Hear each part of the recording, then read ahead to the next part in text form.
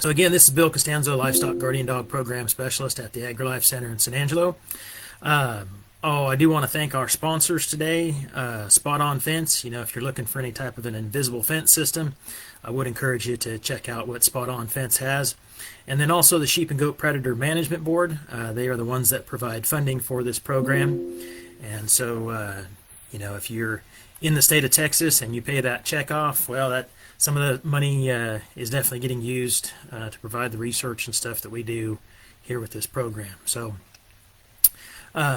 yes, Mary, I think you're in the right place if you're looking for the Q&A live session. So, I'm going to go ahead and get started. We've got a few questions today, and some of them are kind of fairly long explanations. So, Mary Carroll has a 16-week-old Maremma pup that's out with two mature ewes and some 7-month-old lambs, and they're in a bonding pen with electric fencing, which is good. I'm glad to hear you're doing that.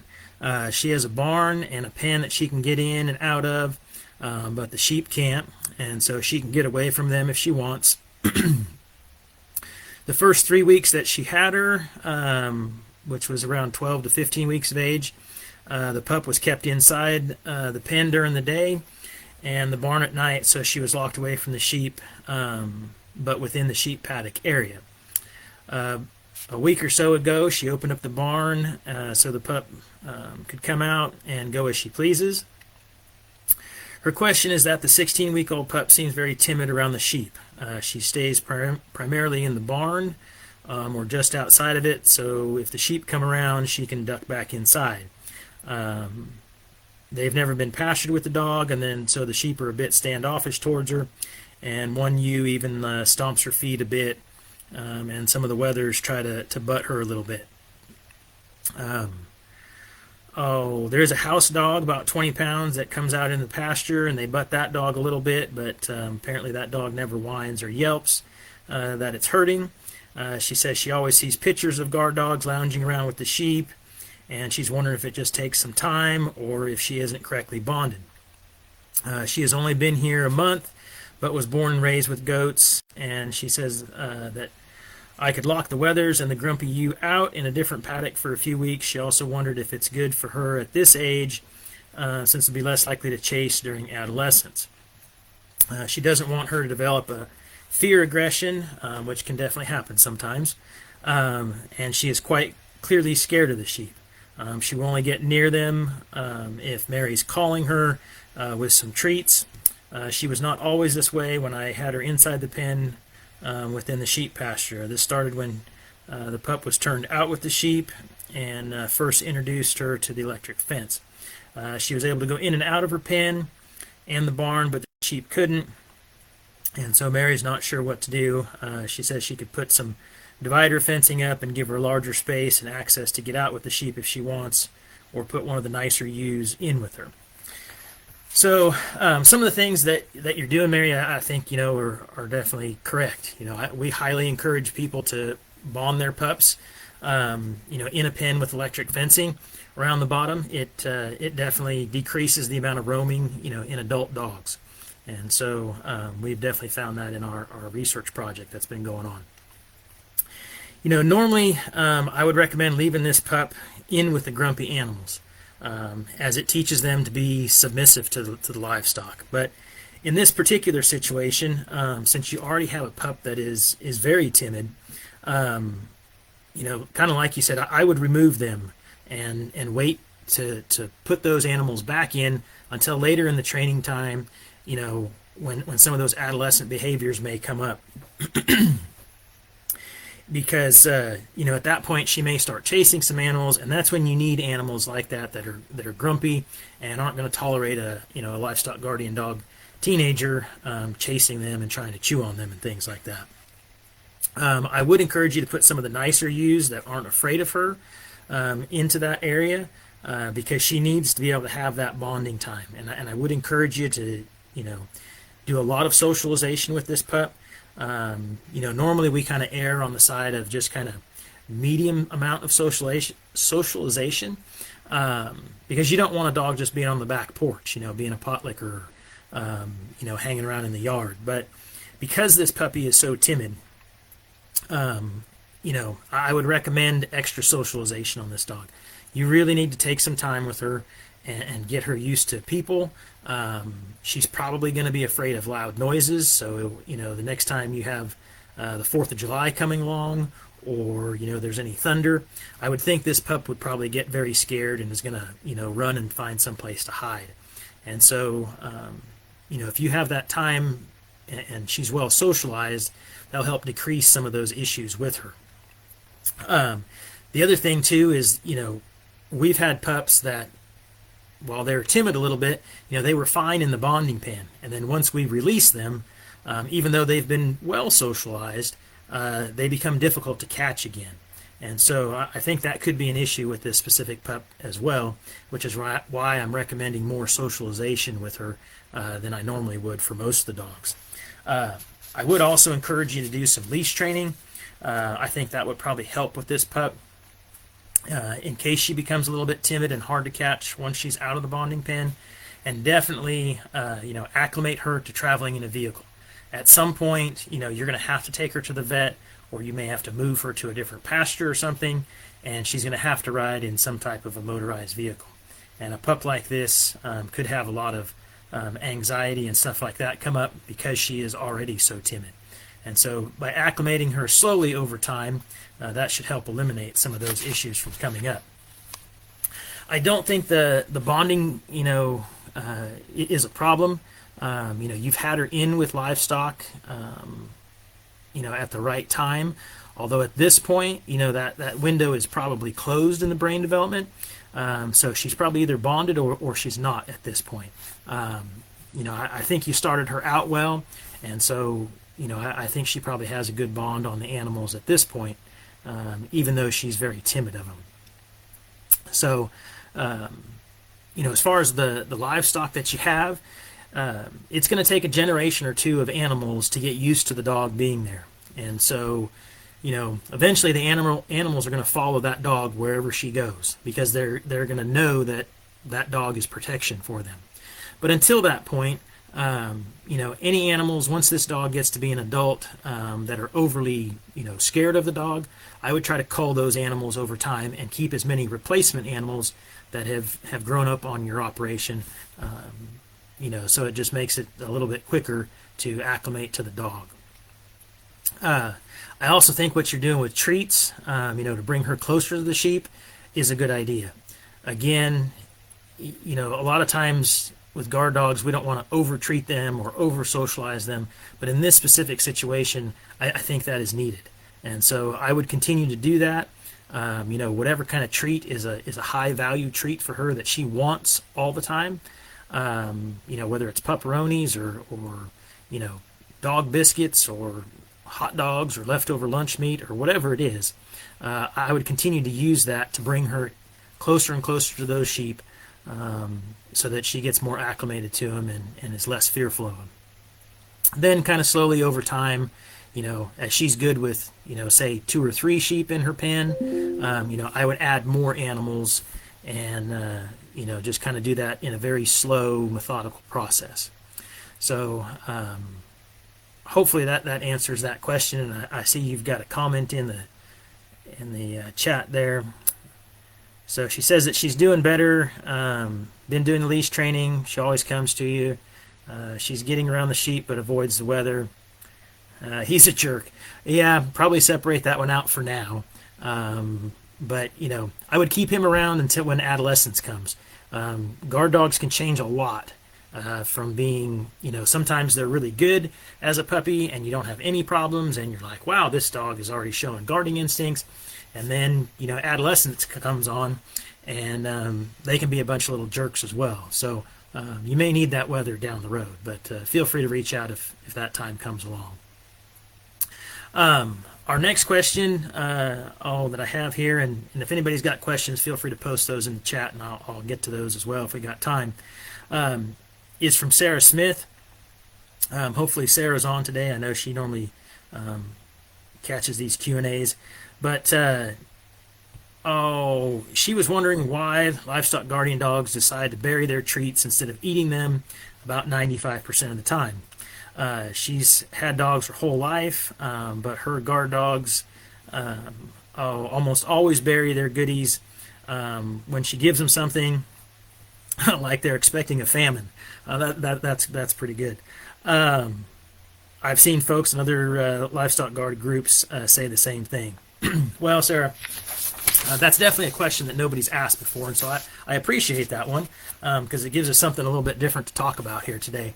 Um, oh, I don't know that I have a super scientific or research based answer from you, but it is a very instinctual thing for dogs in general to bury food. Most domestic dogs don't need the extra calories that we're giving them from treats, and so they'll bury things to dig up later on when they're hungry, or maybe when there's not another dog around, in case they're afraid of the other dog stealing that treat or something like that.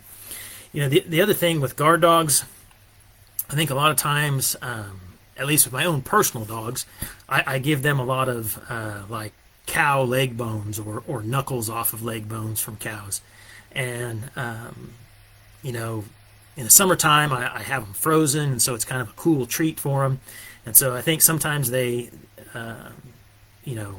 bury them so that they thaw out all the way.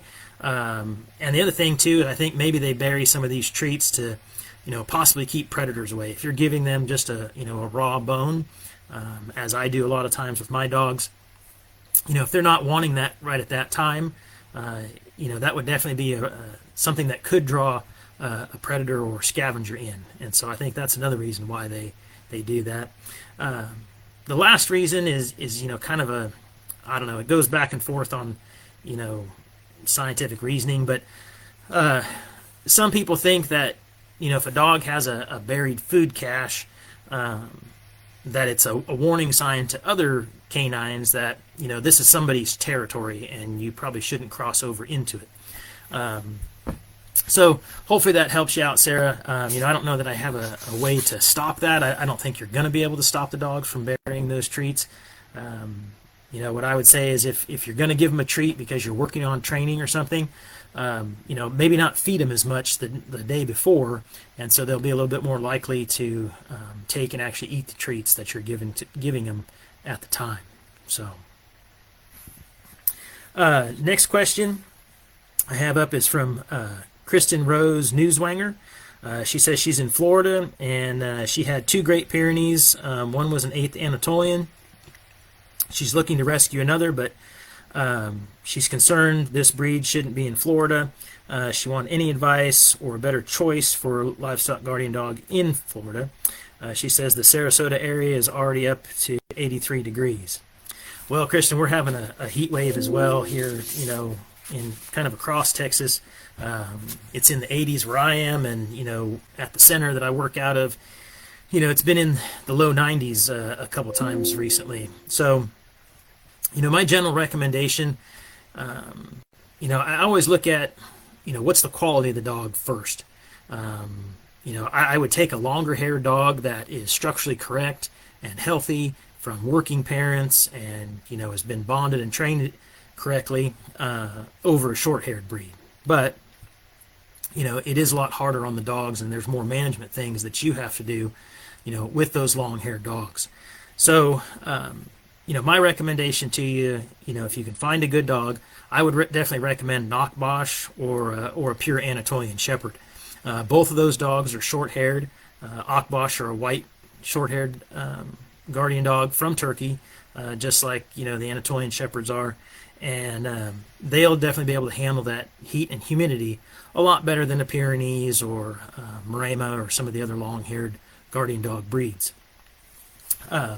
They do still have a double hair coat, so if it gets cold, they can definitely still handle that cold weather, but it is a lot easier on them with those shorter coats. I do want to caution you. I know you've already gotten some dogs in the past from rescue, but definitely do some research on the rescue that you're getting a dog from. A lot of those rescues, they deal with a lot of pet dogs, and they don't necessarily want you having a livestock guardian dog out working for some reason. And so, most of these dogs, even ones that, weren't properly bonded or weren't really raised with livestock well, they prefer to be outside. These are large dogs, which you obviously know, and they're really not, designed to be a pet in the house.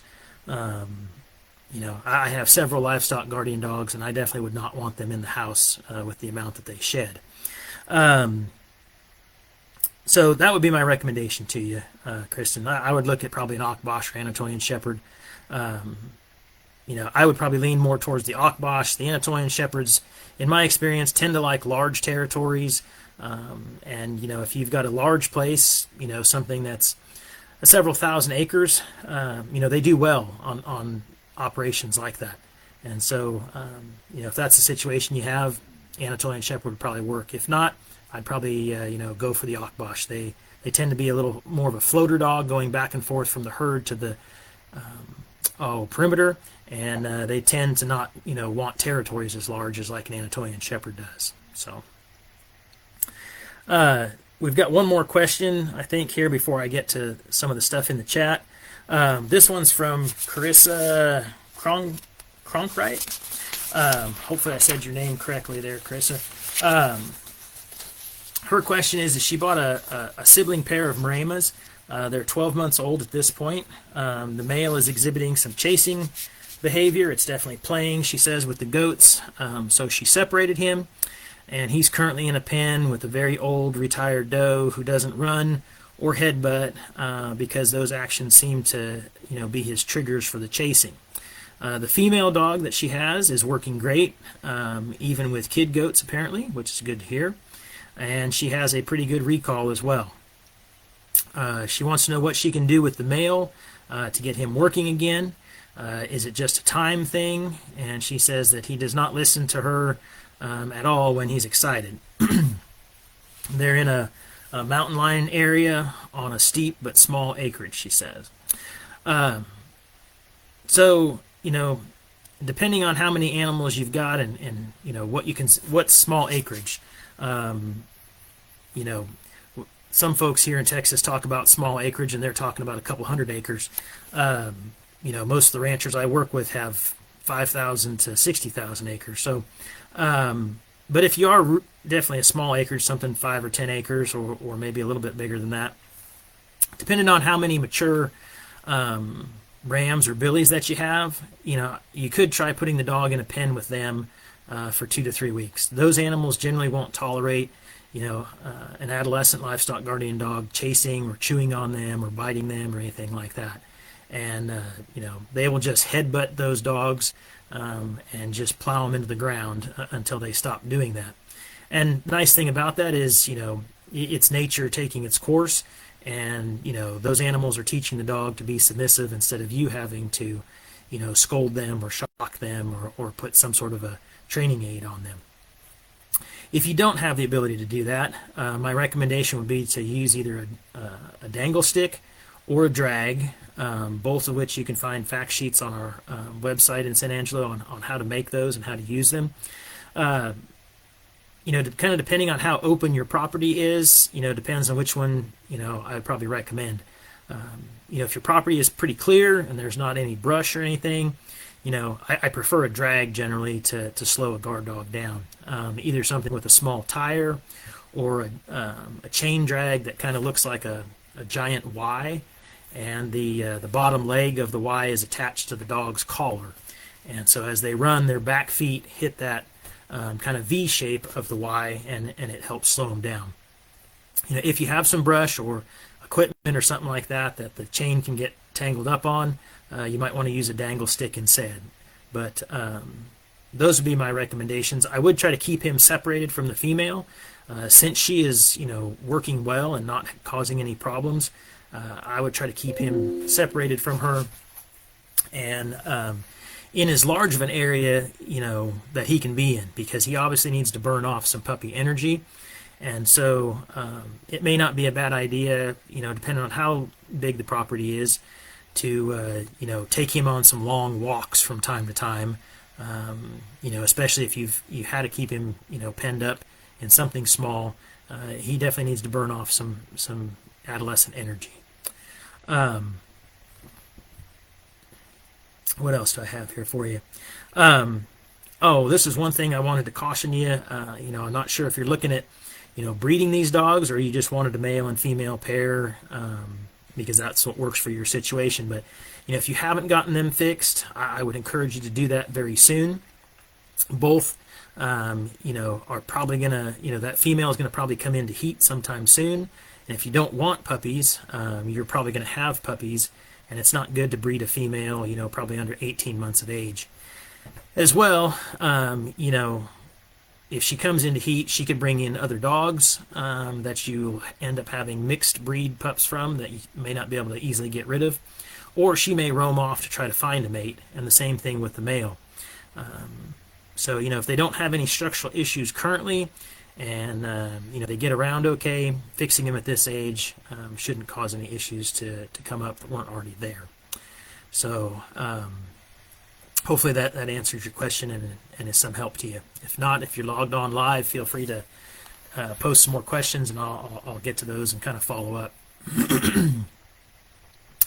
Let's see, what do we have here in the chat?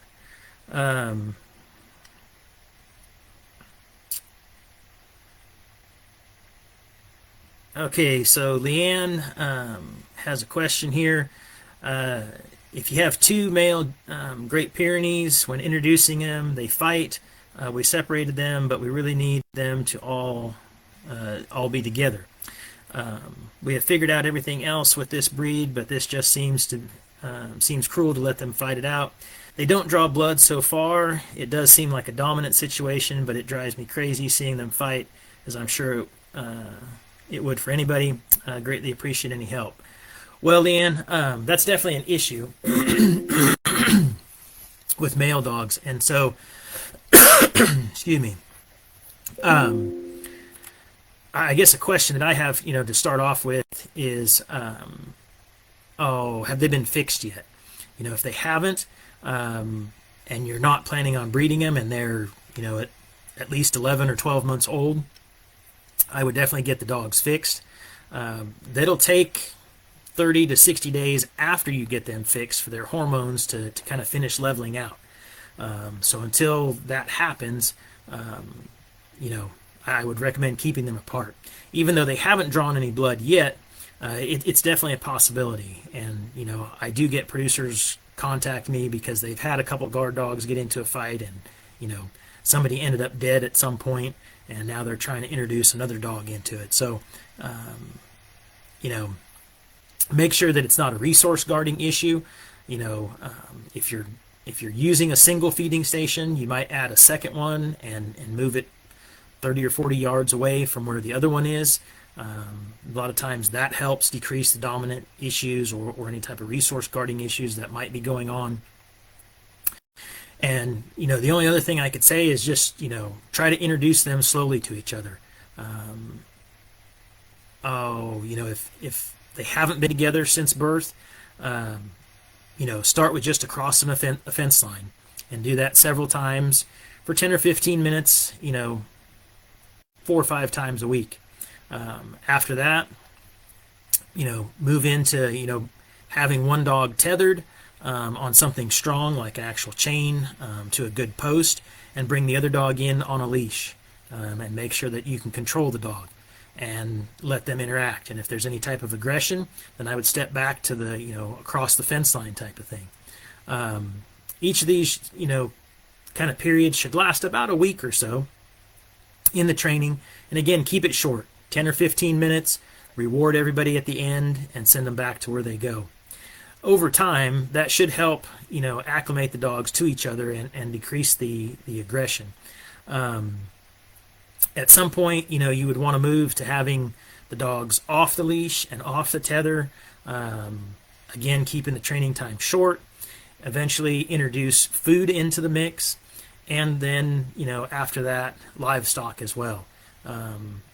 if the first portion of time goes well, it's usually when you introduce the food and or livestock is when some of the aggression could happen. And so if you've got any follow-up information you could post on that, I can try to help you out a little bit more with that question.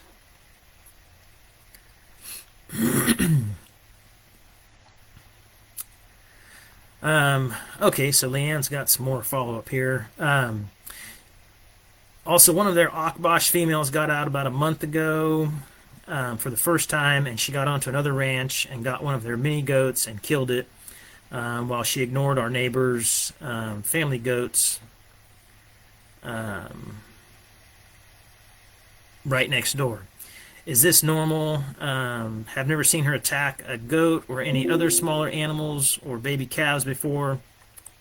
So if we get sheep, we're worried that they may be at risk, although the ranch we bought the Akbash puppies from raised sheep, so it has to be in our blood. So we're not sure why she randomly did this. Should this be something we worry about? Or shock collar training her around the goats, not over time to show her it's not allowed or appropriate. She just, I'm just nervous for her, and I'm not sure what triggered this, and also if they do it once, do they continue to do it? So, most likely, for some reason, she saw that mini goat as a threat because it looked different. Now, will that happen again? It's possible, especially since this was on the neighbor's ranch, and it's likely that she saw the threat, or that goat may have acted aggressive towards her, and she just decided to put it down. Let's see, did you say, I think you got a follow-up question here. Kind of depending on how old the dog is. If you're logged on, Leanne, if you can let me know that. But if she's older than 2, I would probably recommend the shock collar. And what I would probably do, so that you can kind of do some training with the dog to make sure that this type of thing isn't going to happen again, and that hopefully you can fix the problem, is I would purposely set her up. And I talk about this a lot of times. I would get some of those animals, put them in a pen, have the dog in a pen with a good shock collar on, fully charged battery, all the way on maximum shock, and I would just walk away. And I would go someplace where the dog can't see me, can't hear me, make sure your cell phone's off, and just watch what the dog is going to do. And each time the dog goes up to that goat, starts to sniff it or acts aggressive at all, I would shock her. And again, make sure that you get a good shock collar if you can afford one. Gun Dog Supply makes some good ones, or carries some good ones. There's one, the Garmin Tritronics 550. It's not a cheap collar, but since you're on a ranching operation, I'm assuming you're going to have more guard dogs at some point, and so it would probably be a good investment. The nice thing about that collar is, one, it has a very long range. So if you've got a dog out in the field that's being bad, you can definitely correct that. The other thing about that specific collar is when you push the shock button, it continues to shock until you let up on it. Some of the cheaper ones, like the Inverox one that we use at the center, you hit the button and it only shocks them for a second or two, and you have to just keep tapping the button over and over again, which sometimes can disrupt the training process. So that would be my recommendation with that dog. If she's over probably 18 months or 2 years, you definitely need to stop that behavior. And I would do that training 3 or 4 times a week. Again, keep it short. I wouldn't think you'd probably have to do it more than a week and a half probably with the dog.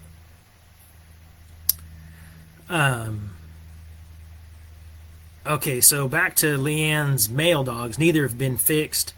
I would definitely do that if they're close to a year. That'll help eliminate some of that dominance issue from becoming too deadly. And so the Akbosh that we were just talking about, for those folks that are just listening, she's about a year and a half, she said. So yeah, Leanne, I would definitely move to the shock collar. Like I said, if you can't, get one of the more expensive ones, and that Garmin one I think is around 300 or 350 bucks. Invrox makes a good one. Like I said, we use it. I don't have to use it very often, so I didn't purchase an expensive one, but it works fairly well. It's got a decent range for a very inexpensive shock collar, and you can get those on Amazon for I think 60 bucks or something like that. Let's see. Do we have any other questions here?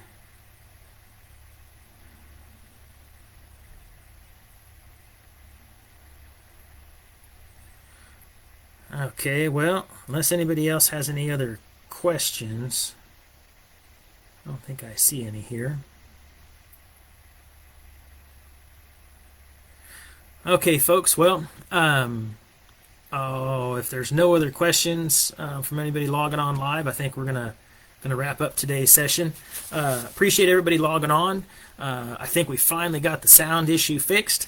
I discovered the correct speaker to use for Facebook, since my computer didn't like the other ones that I used to use. I do want to thank our sponsors again. Spot On Fence. If you're looking for any type of an invisible fence system, we have the Spot On Fence at the center. I like it quite a bit. We also use the Invisible Fence brand system as well. Also want to thank the Sheep and Goat Predator Management Board for providing funding for the program. And for those looking for any information on Kangles, we will have our next webinar in the series on February 26th. It will be at 2 o'clock this time, and that's on a Wednesday this time as well. The presenter couldn't do our normal third Thursday of the month at 3 p.m. And so, if you're looking for Kangle information, I'd encourage you to register for that webinar.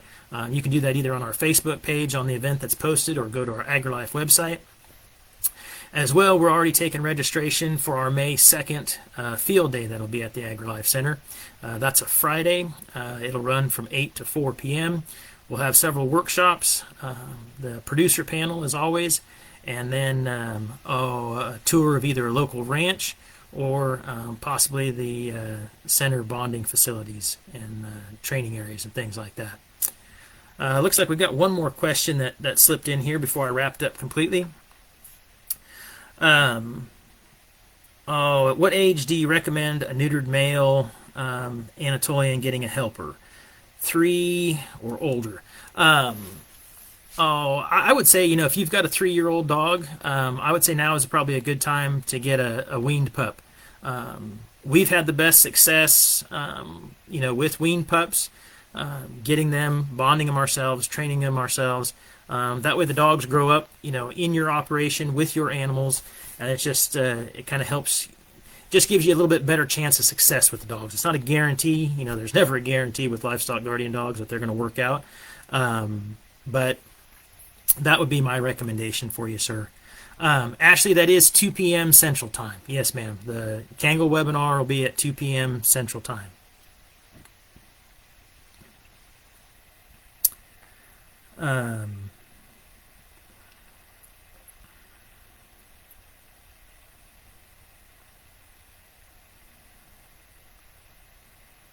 Yeah, if you've got cougars,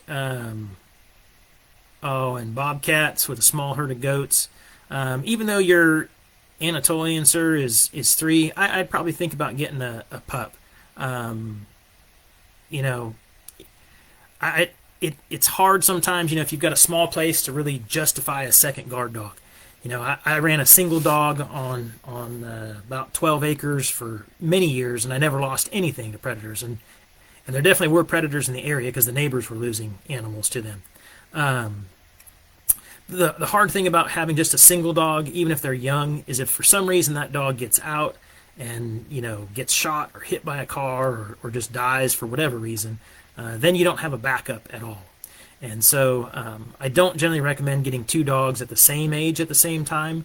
But if your 3-year-old dog is a good dog and doesn't roam and acts great with the animals and everything, I would probably think about getting one, sooner than later.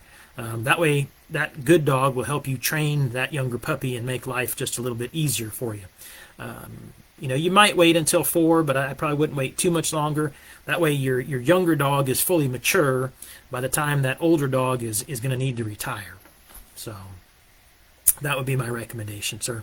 And especially since you have some cougars in the area, it would be helpful to have a second dog in case one of them comes in. Have any other questions? I think. Okay. Well, folks, again, do want to thank everybody for logging on. I want to thank our sponsors, Spot On Fence and the Sheep and Goat Predator Board.